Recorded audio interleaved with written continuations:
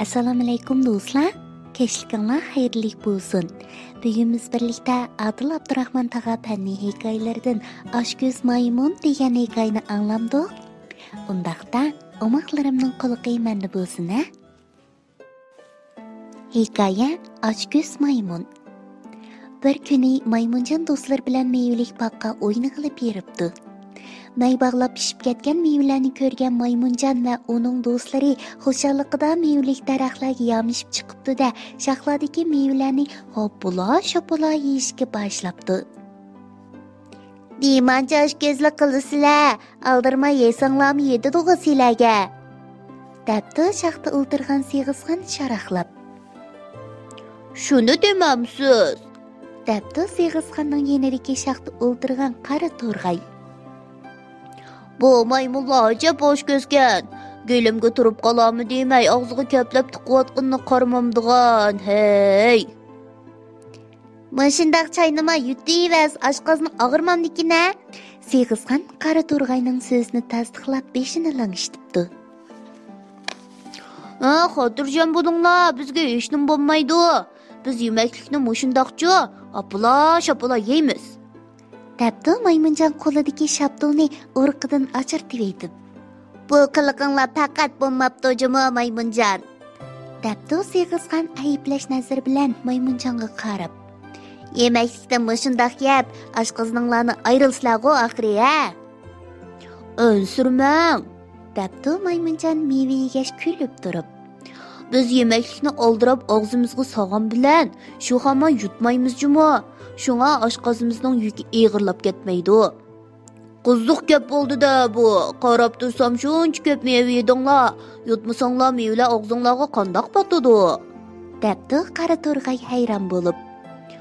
"Qaranglar og'zimga." Maymunjon og'zini yuvgan ichib ularga ko'rsatibdi. "Og'iz bo'shliqimning ikki tarafida birdan xalta bor. Bu qovuz xaltasi deyiladi. Bu bir jup qovuz xaltasining asosiy rolichi oziqlarni saqlashdan iborat. Odatda sizlar yemaklarni tolishib, hopula-shapula yeyolganimizni ko'rsizlar-ku. Ammo biz yemaklarni hargiz chaynamay turib yutib o'tmaymiz. Balki qovuz xaltamizni vaqtliq saqlab, asta-asta chaynab yumshatib, undan yutamiz." Aslida yemaklikni ko'p yeb olsanglarmi og'rib qolmasliklaringning sababi mushkanda. Sig'izxon bilan qari to'rg'ay maymunjonning so'zlarini anglab beshini langishtirdi. "Amdig'u bizni oshkozdan masxir qilmasizlar," debdi maymunjon sho'xlik bilan og'ziga yo'g'an shaptoldan birini solg'ach. "Yo'q, qargiz undaq demaymiz. Sizlarning yemaklik yeyish odatinglarni tushunmagashkichu, andisha shundoq o'ylab qopdi," deyishibdi ular. "Shundoq bolarim," debdi pingvin ana ularning gapini tasdiqlab. Yer sharidan iborat bu keng tabiat dunyosida har bir tal o'simlik va jon-jonivorlarning o'ziga mos keladigan, o'zi moslasha oladigan makoni zemini bo'ladi. Xuddi issiq balvoq o'simliklari sovuq joylarda yasholmagandek, bizmichu yer sharining illiq joylariga borsak, hargiz yasholmaymiz.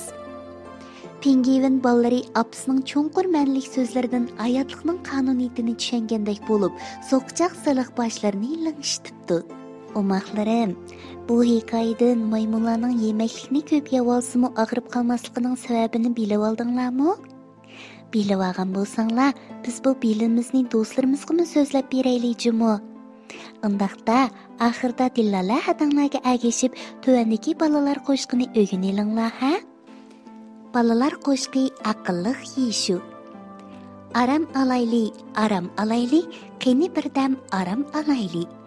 Andan o'ylanib, ko'zni ching yumib, bizmo yangi aql topaylik. Aram alayli, mashagicha bo'lsin o'yinmu. Do'stlar ruhlansin, Allah zuhlansin, ta'mimizdan bizning bugunmu. Aram alayli, aram alsaq aql tavlanar. Aqlliq yeyishu ag'inimiz u, ziyrakligi dilda yatlanar. Kichik shoirlar kash bo'lib ketibdi. Amis bugun boldur uxlanglar-jimi. Tatliq tishlar sizlarga amra bo'lsin.